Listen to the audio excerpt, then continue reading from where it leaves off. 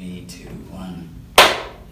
Hey, what's up, guys? I'm the Nature Boy, and you're tuned into Telescope Vision's Golden Generation. And today, we have a really exciting episode lined up for you guys. We have someone who is so robust. She is a phenomenal thinker. She is an entrepreneurial talent, spiritual healer, and someone who's just a gem of a soul. Please welcome Alwande. Thank you so much for that introduction. Most welcome. We really are just grateful for this moment, just spending some time with you today, and also just connecting. Makes you realize that, wow, life is really a blessing, and the people that you're able to connect with, it really is just a beautiful thing, and also testimony to you like that. You really have to just embrace this moment and really just cherish each moment. Yeah, and moments of presence, and just from our conversations, I always feel this when I'm in spaces that feel like alignment, like the presence of source, and that channel through different people, different lessons, or different utterances that need to happen. And I felt that today in our conversations, and it was overwhelming, but in a very good way as well. Do you want to kind of tell us the birth of LWA'S Cooking, right? Okay, yeah, LWA'S Cooking. Yeah, it was started in 2019, right? Yeah, it was in October in 2019. I have a really a love for food and using food as a healing mode, because I think that oftentimes the relationships that we have with food are not healthy, or they're imbalanced from socialization, from our parents, from diet culture. And I think what I wanted to do was provide a space where people could cook things on a student budget, or somewhat on a student budget, but enjoy the food that they're cooking, and have an experience from it. So that was where it initially had started from. And then it kind of, lockdown happened, and I found myself in this very creative mode. I just felt like, okay, I need to channel all this stagnance in some way. So producing a lot of different meals from different other food pages that I really enjoy, and putting that into that. But I think more so this year, it's been a lot about reviewing places that I've been to, because I also enjoy food experiences and curating experiences from food or through food. So yeah, that's LWA'S Cooking. Wow, I think that's amazing. I love the fact that you're trying to make cooking more enjoyable, especially for students at an affordable rate, because being a student, sometimes you don't eat well. Yeah. That's something I said to myself. I was like, I can be broke, but I'm not gonna have food that's not gonna give me sustenance, or food that I'm not gonna enjoy making, even if it's I'm making a boerewors roll with caramelized onions and add-ons, just to give it that experience if I'm absolutely, I don't have money. But also just bringing people together through food. I really enjoy that. I think an activity that a lot of my friends and I would do in uni, we'd come over to my space, we drink, sometimes we probably most of the time smoke, and then cook and listen to music and vibe out and experience community and make all these amazing meals, make nachos from Doritos, and it was just amazing. It became so a space that I could just share my love to people who enjoyed eating my food as well, and would be honest in whatever feedback they had, and always be dude, it would be a Thursday, it would be Thursdays before, after psych, and my friends would come over, and it was just a lovely experience that I attached to that brand as well, and that time in my life where I was creating that. Yeah, I think you raised such an important point, how you kind of want to transfer that love into the food, but also nutrition plays a huge role in our ability to perform at optimal position, because if you're not eating right, you can be as smart as you want, but you're not going to function at your full potential. So diet and nutrition is really important, and the fact that you're adding in that aspect of love, because love is the highest vibration, it's the highest frequency, you're transmuting that to your food, and that's just going to be so amazing for people to really consume that, and really allows them to carry on, be the best person that they can be. Yeah, thank you for that. I think I'm learning that like food is fuel, and like whatever I consume, I can feel the impact it has. So like typically in the mornings, I like to have lighter vegetarian meals like smoothies, normal breakfast, granola bowls and stuff like that. Then at night I'll have something a bit more heavier, because I can feel that if I do the inverse, how that impacts my day. Like I'm tired, I'm drained if I'm having like bread, if I'm having like a normal meal from having porridge or something like that. And allowing that food to nourish me and to move me through the day as well has been really important. And what you're saying about the love being transmuted is making me think of the time when I had my grad lunch I was telling you, and I had cooked for my friends, and I had made like this chicken and mushroom pie. My friends still are like, bro, we're waiting for you to cook that thing again, because it was amazing. Like, and it's so fulfilling hearing people that I love speak about my food like that.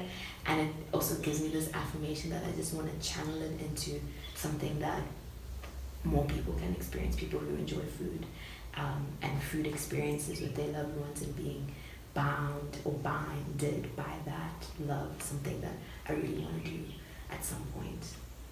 Wow. Yeah. What would you recommend to like a student out there who is kind of trying to start getting into eating healthy? What diet plan would you kind of like recommend or give them to, let's say for a month, like they can cook certain meals? Because I see on your page like you try to promote certain meals that they can try cook for themselves, and then they can also kind of build upon that and cook other meals throughout the month. So I think in terms of diet, like I don't like the idea around diets, or like that societal socialization that you need to be restricting the amount of intake, or how do you say it? Caloric intake? Calories. Yeah, your calorie intake and stuff like that. I think I like a more intuitive way of eating, so whatever I'm feeling or whatever, and that also speaks on whatever your body needs. Like if I am in a period of high stress, I'm probably going to crave a lot more junk food and salt, because my body's working in overdrive, or it's in survival mode and not necessarily just at ease and resting. So whatever the individual takes a liking to and is within their budget. I'll give you an example. Something I love, like my staple, is chili con carne, and it's like mince with red kidney beans, and red kidney beans are high in fiber and protein as well, so adding that, and you have your peppers as well, and you have your starch, your rice, and then maybe having a veggie on the side like broccoli or spinach, and you can make it nice. I think one thing I've been learning about like vegetarian meals, because you're working mostly with vegetables, like there's so much that you can pack flavor in through like different spices, different herbs as well. So my staples would probably be like a chili con carne, chicken stir fry, even if you get like the ready mix pack, so it saves you time as well. What else? Sometimes I love roast chicken as well, where you just have in your casserole dish. Is it called casserole dish? You just chop your onions, chop your peppers, maybe put some spinach in it, any carrots, any vegetable, and you season it. You add your chicken that's seasoned as well, and you just put it in, and like the marination from the chicken also soothes into the veggies, and then tying that with maybe couscous, and then you can have like a veggie couscous, so you can maybe have mushrooms in that couscous. You can have, if you don't want the spinach in the casserole dish, you can also put it in the couscous, and then have that. And it's also lighter and feels refreshing as well. Another thing I love are like a butternut feta and spinach salad with anything that you're having. If maybe it's chicken, I like chicken a lot, and it's also more affordable for me. It's not as heavy, so if I would maybe have roasted chicken and that salad, and maybe something starch, even if it's like potatoes or something. Try to find items that are gonna last you for the month, that are also affordable, that you don't have to go buy every week, like besides your vegetables that will obviously go off at some point, but having staples like couscous, your brown rice, lentils. I love lentils, like making it in a salad or in as a soup if you have a blender at home, and that also adds nutritional value, or has nutritional value as well. What else do I like? I love butternuts. I just like veggies. I think this year I've also tried to be a bit more understanding of what my body needs in terms of the environment that I'm in. And most of that, you know, I struggled. I was in a creative funk in terms of food this year, because I was like, my priority was myself, and like everything else, like my creative endeavors kind of had to take us, like, be pushed to the side. And I struggled out. There was a time I was eating like a lot of takeout. Just was not trying to cook. I was not in that space. And then I fasted, and I was going through a lot of like food influences and their food blogs and everything. Just felt like this creative surge. And that was so, I really needed that. I didn't know that I was gonna get that outcome. And also cooking things like curries as well. Curries last long. You can make a chicken curry, you can make a vegetable curry with potatoes, lentils, broccoli, chickpeas, and you can get the canned one so that you don't have to make it from scratch, so it's also saving you time. But you want to have a balance of whatever your body needs. So if you need protein, you know, having your lentils, having your chickpeas. If you need something that's going to sustain you throughout the day, having oats. And making it nice as well. Like, I love butternut oats with banana and coconut shavings, and you know, your I'm trying to think what it, like superfoods, your banana, I can't remember what the chia seeds as well, chia seeds. That feels like love, and like you don't have to add dairy in it. You can add coconut milk. You can, it still tastes the same. So if you are short of time, buying like processed canned foods to help you still has nutritional value. And then when you, like for myself, I like having the more heavier breakfast in the weekend, so that I know, like, okay, cool, I'm gonna be grand. I don't have to, if I'm resting, I can eat something that's just gonna induce a nap. Yeah.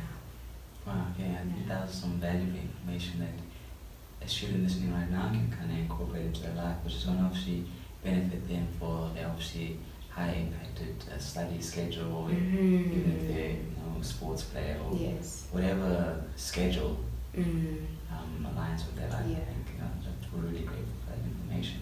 Thank you. So what is the vision of LWA'S Cooking? Wow. I think ideally I would love to be paid to like try new food experiences, collaborate with restaurants. I'd love to do like a hosting. That's something that I have a seed in my head that I've just been thinking about and sitting on, like, okay, cool, what environment would I want it to be, and how can I add like a unique value that might be different from other food experiences or like pop-ups that people have. How can I make it also cater to like this idea of holistic healing that a value that I take on. So definitely collaboration and expansion into providing food experiences for people where they're able to come from a place of love, eat a meal sourced through love, and take whatever experiences they have, and hopefully it will impact them. Yeah. Amazing. Yeah. What are some of the biggest challenges that you've experienced so far in your venture with LWA'S Cooking? I think initially when I had started, I think I was so, my fixation was like exposure, collaboration, following, platform, and everything. And that was something that was external to me, so it's like, that's not something that is up to me, really. It can take its own time. Comparison, a lot of like moving from a place of fear and lack. And then when people would try my food or like my recipes and be like, "Oh, this is so helpful. I love this." And I was like, "Damn, this is like sustainability. This is creation. This is the impact that I actually want to do." So I think the biggest challenge was probably moving from a place of fear and lack and comparison and doubt and everything. Another thing was that initially I didn't have like, my phone camera wasn't working, so I'd have to ask one of my friends who was one of my close friends who she lived upstairs to me, so she would come help me out, and like she was also so good in terms of creative direction. Like, okay, we need to pair this food like this, we need to make it look like that. I think another challenge was probably like periods of like funk when I just don't have it in me to cook a meal, a nourishing meal, and that's determining on like what feeling or space I'm in. So that when I just take like these long breaks of not being consistent in my posting, yeah, probably those things. Yeah. Wow. Yeah. I get what you mean. I mean, you touched on such a, I wouldn't say like an aspect that a lot of people kind of struggle with in terms of getting into ideas that they want to put forward, a consistency. I think if you tackle it head on, like you don't necessarily have to say, "Yeah, I'm going to do this." I think it's just about breaking it down into little chunks. Yes. And understanding definitely. a macro perspective that the small things you do each day or even each month are going to contribute to the long-term goal of your venture. So obviously you think, okay, like you said, you're talking about sustainability. Yeah. You obviously your brand being 5-10 years in the industry, even more. So you understand that, okay, I don't necessarily have to hit my goals this year, even if I don't hit them fully. I'm on a long-term scale. Definitely. You know, because you can do a lot in 10-year scale rather than trying to squeeze everything in a year. Yeah, wow. I feel like that also, like what you're saying, goes beyond just this creative venture and just like this space where I'm on a gap year, and in most of this gap year I've been, shedding light on my shadows and putting a lot of pouring into myself, and like I was saying, a lot of the kind of non-priorities were taking like a step back or less or like I don't know how to word it, but they were being deprioritized essentially. And I found myself in a space where it was like, okay, I need to be doing, even in my depression, even in my isolation, I still need to be doing. But I had moved to a space where it was like, but I can just be and allow things to happen and come for me, without having to force and control and want things that are outside of whatever path, my spirit guides, my source or source wants for me, and flowing into that ease as well. And that's been really fulfilling too. Yeah. Wow. Yeah. It's amazing that you're finding fulfillment in something that you do, and obviously hearing you talk about it, it's something that's really close to your heart.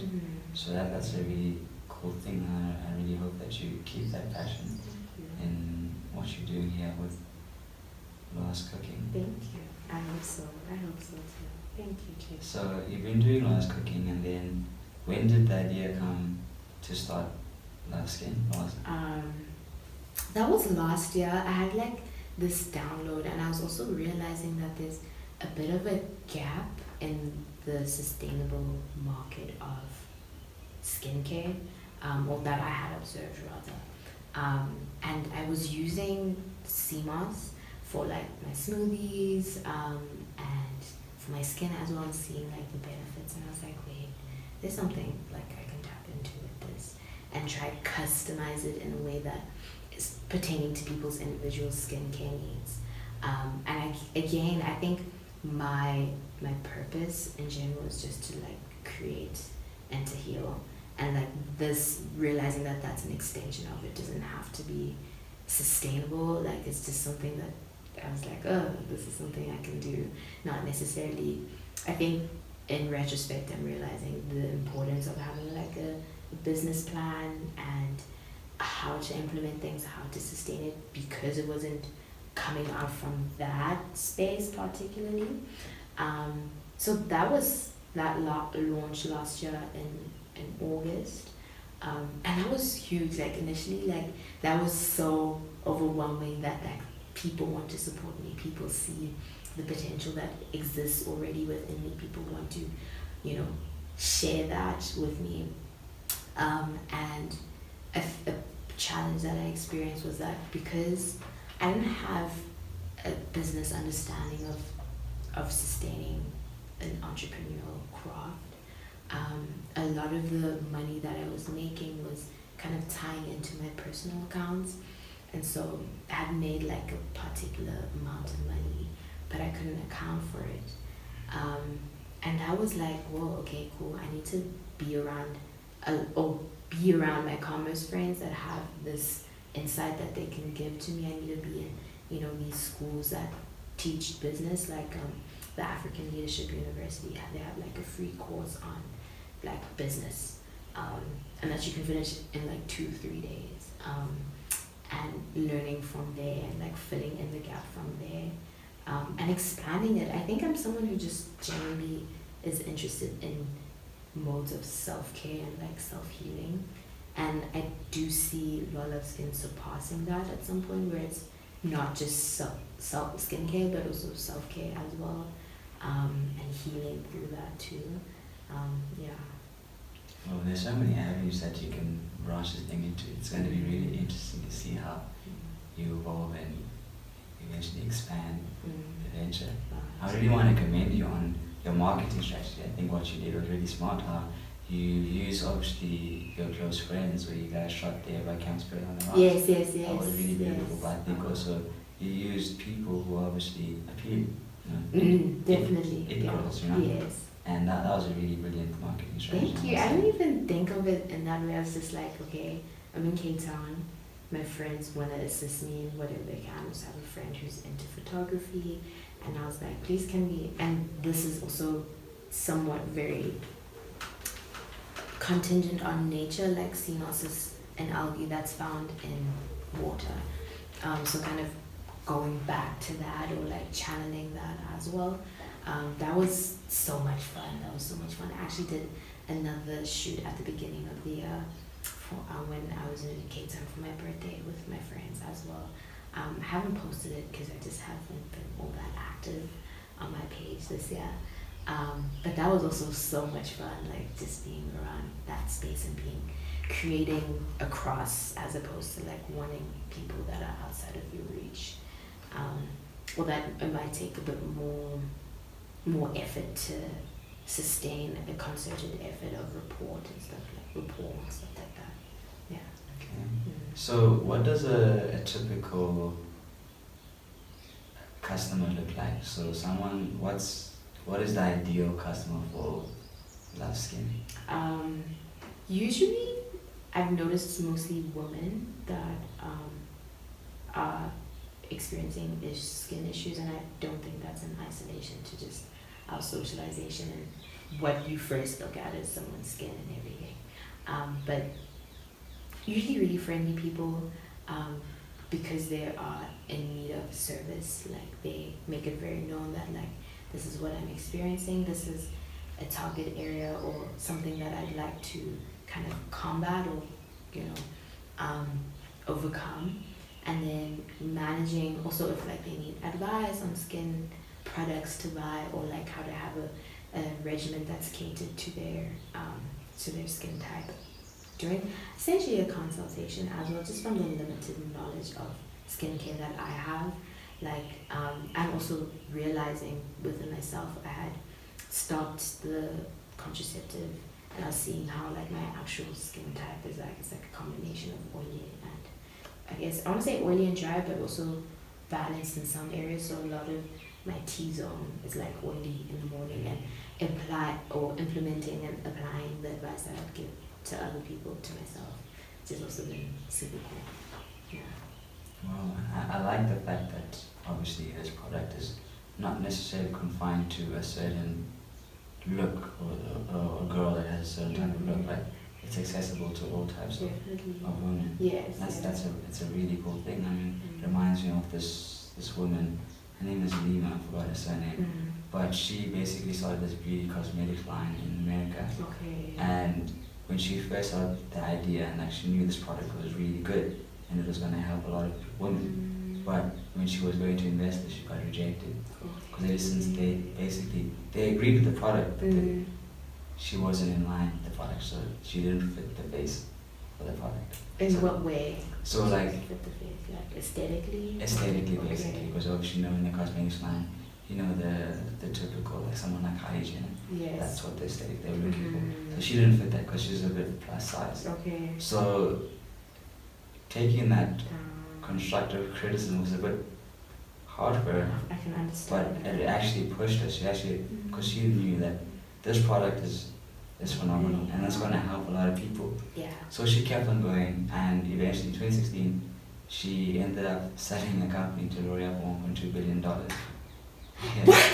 Yeah. $2.2 billion. Yeah. I love that. I love that. It's making me think of something one of my friends had said about if you're providing value in any service, like you will find people who are willing to see your value and pay, contribute to whatever sustenance you want to bring into your sphere of interests. That's so crazy, and really that's also very inspiring as well, that she wasn't disheartened by the rejection. She kind of just saw it as a way to redirect towards closer to who people are going to see as surpass her physicality, which people don't do a lot, and I feel like that also takes away from being able to have empathy for people and like relating to people. Judgment is such an interesting idea, like very ego-driven as well. All in our mind, content things and thinking you are higher than someone else, and essentially I am you and you're literally, me. like your memory. Literally. Yes. So the same judgment you have about that person, the insecurity that you have about yourself. For sure. And I think that's like a trick that we play in our minds because we see ourselves as so